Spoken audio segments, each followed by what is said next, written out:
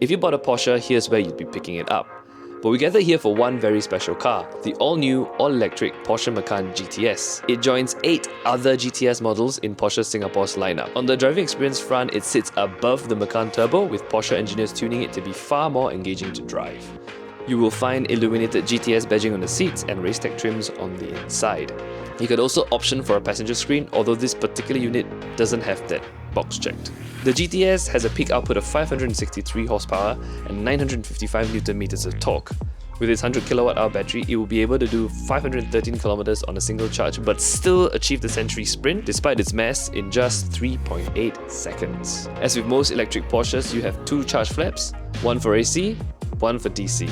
You can also tell that this is a GTS through its paint colour. The carmine red is typically a cost option for lesser Macan variants, but it is included in the purchase of your Macan GTS. As it is fundamentally a Macan, you still get all of the regular car's practicality.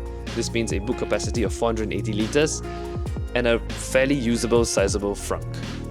Prices for the Macan GTS start at $365,988 without COE. You can find out more information from Porsche Singapore's website.